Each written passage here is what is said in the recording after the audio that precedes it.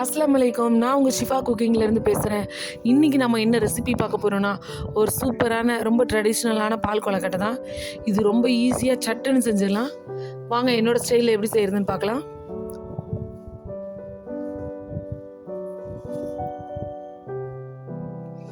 இங்கே நான் இடியப்ப மாவு எடுத்து வச்சுருக்கேன். அதாவது பச்சரிசி மாவு, வறுத்த மாவு எடுத்து வச்சுருக்கேன். அதில் நல்லா தண்ணியை கொதிக்க வச்சு ஊற்றி அந்த மாவை இப்போ நான் பிணைகிறேன். ஆப்பையோட பின் பக்கத்தை வச்சு நீங்கள் அந்த மாவை பிணைஞ்சிக்கோங்க. தண்ணி நல்லா கொதிக்கணும். அப்போ தான் மாவு நல்லா வெந்து கையில் ஒட்டாமல் வரும் நம்ம பிணையும் போது. நீங்கள் தண்ணி சூடு பண்ணும் போதே தண்ணியில் கொஞ்சம் இந்த மாவுக்கு தேவையான அளவு உப்பு சேர்த்துருங்க.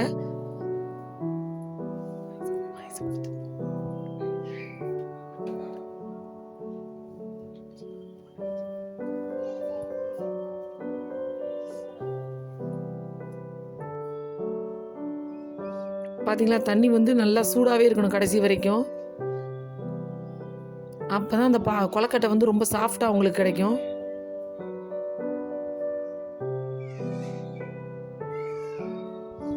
மாவு நல்லா நான் பிசைஞ்சிட்டேன்.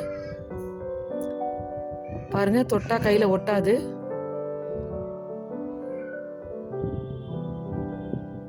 பார்த்தீங்களா, நல்லா ஒட்டலை. எப்படி இருக்குன்னு இதுதான் கரெக்டான பக்குவம். அப்படியே கொஞ்சம் நேரம் ஆற வச்சுருங்க. ஒரு 5 நிமிஷம் ஆறுனதுக்கப்புறம் எல்லாத்தையும் ஒன்று சேர்த்து பிசைஞ்சுக்கோங்க.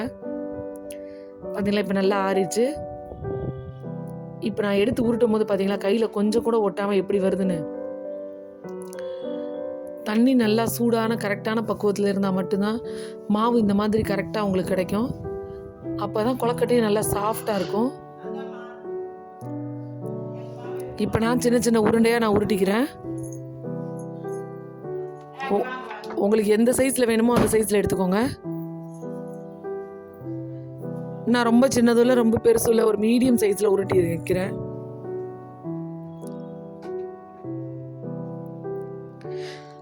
இந்த பாலை நீங்கள் உருட்டும் போதே அந்த பக்கம் அடுப்பில் சுடு தண்ணி வச்சுருங்க.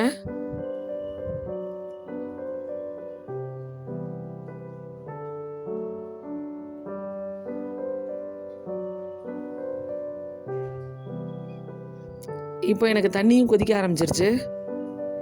பார்த்தீங்களா, தண்ணி கொதிக்க ஆரம்பிச்சிருச்சு. நான் எல்லா உருண்டையும் உருட்டி முடிச்சிட்டேன். பார்த்தீங்களா, நான் உருட்டி வச்சுருக்க எல்லா உருண்டையும் அந்த கொதிக்கிற தண்ணியில் நான் சேர்த்துக்கிறேன்.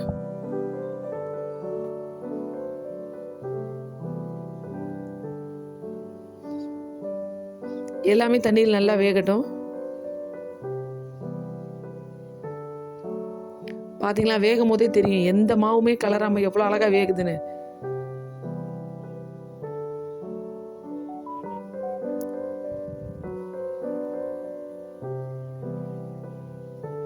கொழுக்கட்டை எல்லாமே இப்போ நல்லா வெந்துருச்சு. அடுப்பை ஸ்லோ பண்ணிட்டேன். இந்த டைமில் ஒரு 3லேருந்து 4 ஸ்பூன் அரிசி மாவை கரைச்சி இது கூட சேர்த்துக்கிறேன். அடுப்பை இது மாதிரி கொஞ்சம் நல்லா குறைச்சிட்டு மாவை இதில் சேர்த்துக்கோங்க. பாருங்கள், கொழுக்கட்டை வெந்துருச்சு. உங்களுக்கு காமிக்கிறேன்.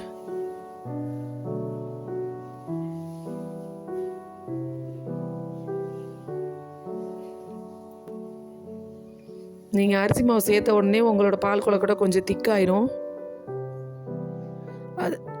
அது திக்கான உடனே நீங்கள் சர்க்கரை சேர்க்க ஆரம்பிச்சிடலாம். நான் இப்போ நாட்டு சர்க்கரை தான் சேர்க்குறேன். உங்களுக்கு நாட்டு சர்க்கரை இல்லை அப்படின்னா நீங்கள் சாதாரண ஒயிட் சுகர் கூட சேர்த்துக்கலாம். சர்க்கரை சேர்த்துட்டு நல்லா மிக்ஸ் பண்ணி விட்டுக்கோங்க.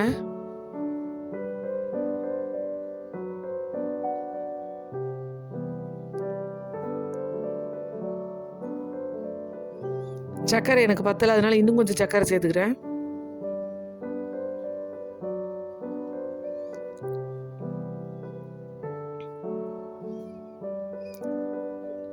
சர்க்கரை நல்லா கொதிச்சிருச்சு. இப்போது ஒரு சிட்டிகை உப்பும் சேர்த்துருக்கேன். அது வீடியோவில் கட் ஆகிடுச்சு, நீங்கள் சேர்த்துருங்க. உப்பு சேர்த்தா தான் நல்லா டேஸ்ட்டாக இருக்கும்.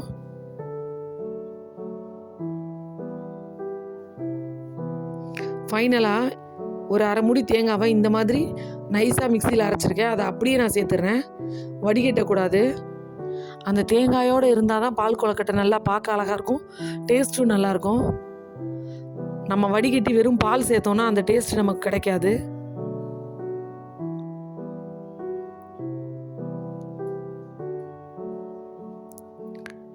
நீங்கள் என்னோட ஸ்டைலில் ஒரு தடவை ட்ரை பண்ணி பார்த்துட்டு எப்படி இருந்துச்சுன்னு கமெண்டில் சொல்லுங்கள்.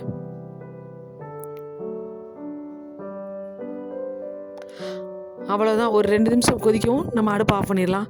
நம்மளோட சூப்பரான பால் கொழுக்கட்டை ரெடி ஆயிடுச்சு. சீக்கிரமாக செஞ்சிடலாம். ரொம்ப ஹெல்த்தியான ஒரு ரெசிபி. உங்கள் வீட்டில் நீங்களும் இதே மாதிரி ட்ரை பண்ணி பார்த்துட்டு எப்படி இருந்துச்சுன்னு எனக்கு கமெண்டில் சொல்லுங்கள்.